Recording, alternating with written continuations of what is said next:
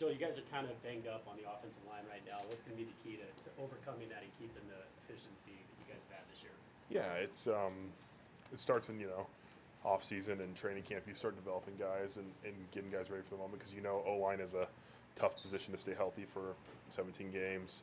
So anytime you lose a starter, it's a big loss, obviously. But I think we have guys that are preparing, getting reps this week, and have all season. I think Coach Callahan is one of the better developers of O-line guys in the league. He puts in the time, he puts in the extra work, and those guys really do work hard to be ready. So whoever ends up, going this week, I think will be ready to play.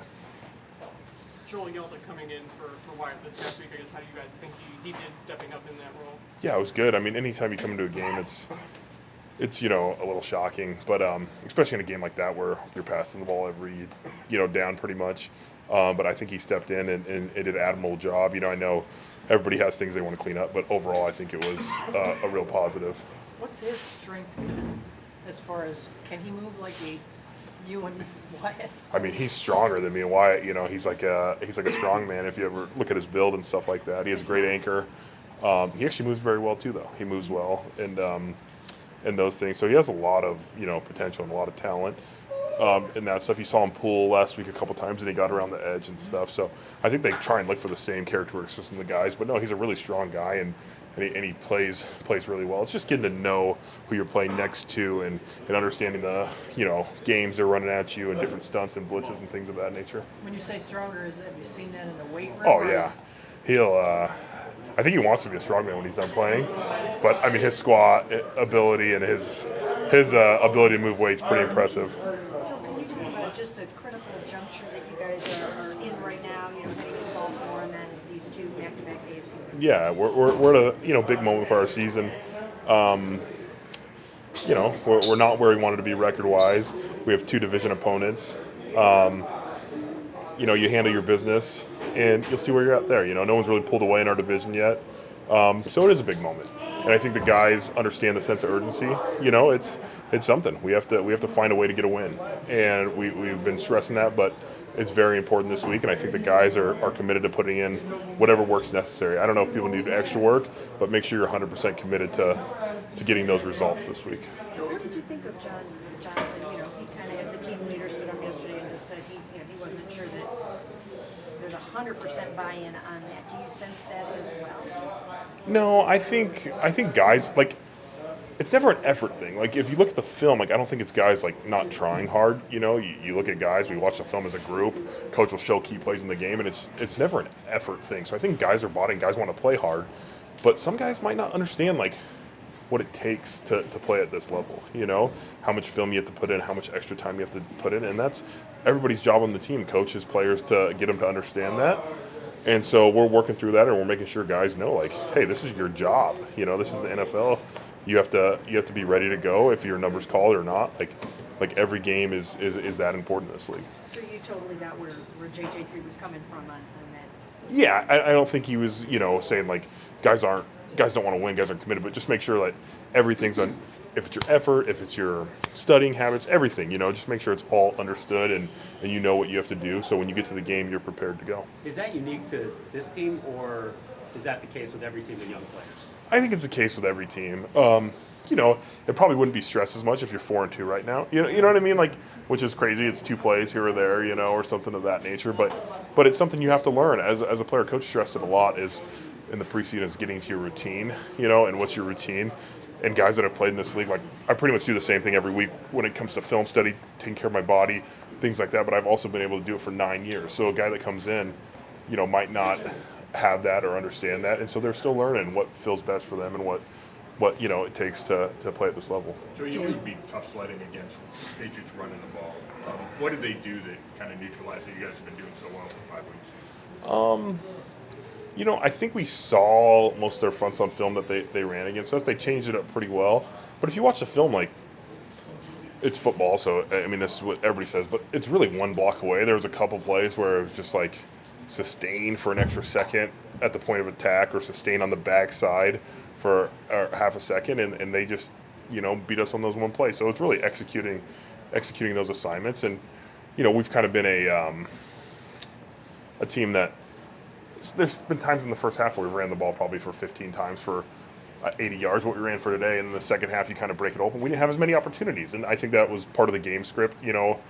What happened in the second half, where you're trying to come back and win the game, and all that comes down to it. We had a chance, to get it within one score, late, and some stuff happened there, but no, they did a good job, and I honestly think it came down to executing your one-on-one block, and it's not one person, but it's one person every play. It kind of throws it off. And how tough and similar is Ravens' run defense? Yeah, they're still 3-4 base personnel. I think we're getting into that mode right now. Cincinnati kind of runs the same thing. They have good players up front too, and I think they're getting some guys back this week that have, maybe been injured a little bit. But no, they're tough, and I remember last year when we played at Baltimore, they were doing everything to stop the run they could. So there's a lot of similarities in that. They might be, a little bit different, not quite as much odd front as the Patriots have run, but no, they got good guys up front, and they're gonna give us something to look at too. Joe, I got the impression yesterday from Stefanski that he's kind of leaning on the leadership council to help have more influence, police the locker room, study habits, and all that.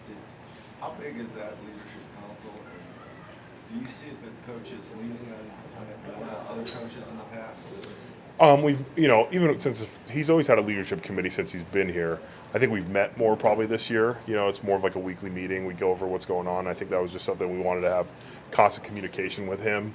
But yeah, I think all those guys are kind of in charge of their room. So, I look at the O-line room and I make sure guys are studying and getting ready, and, Jacoby and kind of has the quarterback. So everybody has like a guy from their position group that is part of that.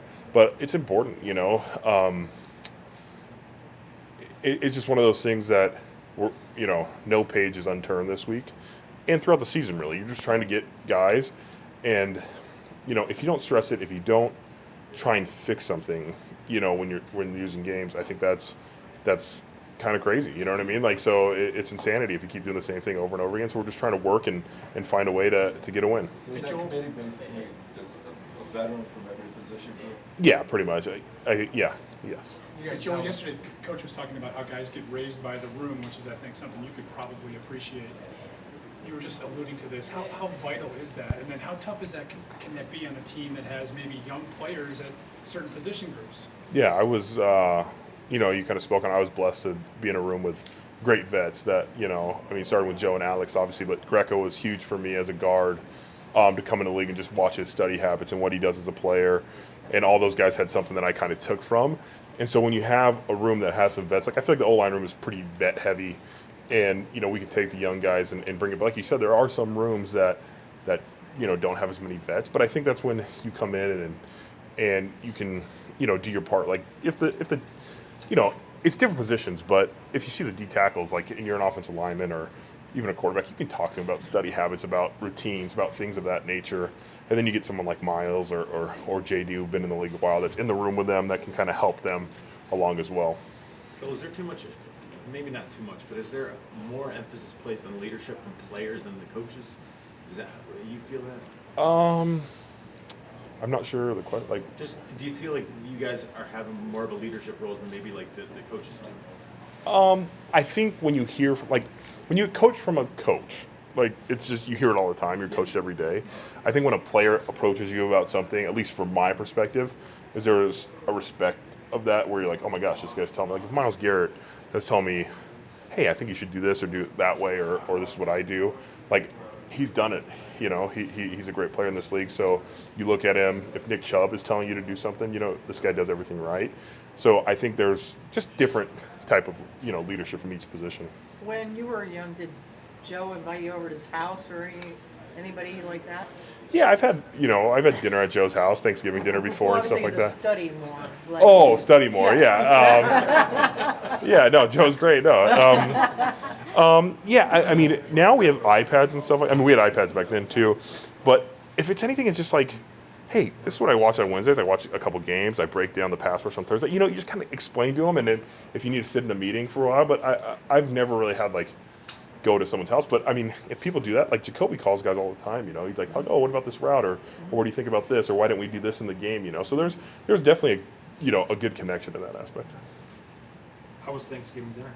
Oh, it was great. Great. His wife Annie did a great job cooking.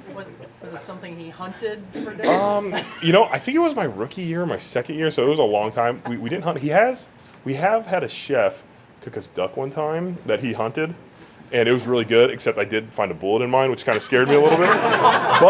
But it was really good.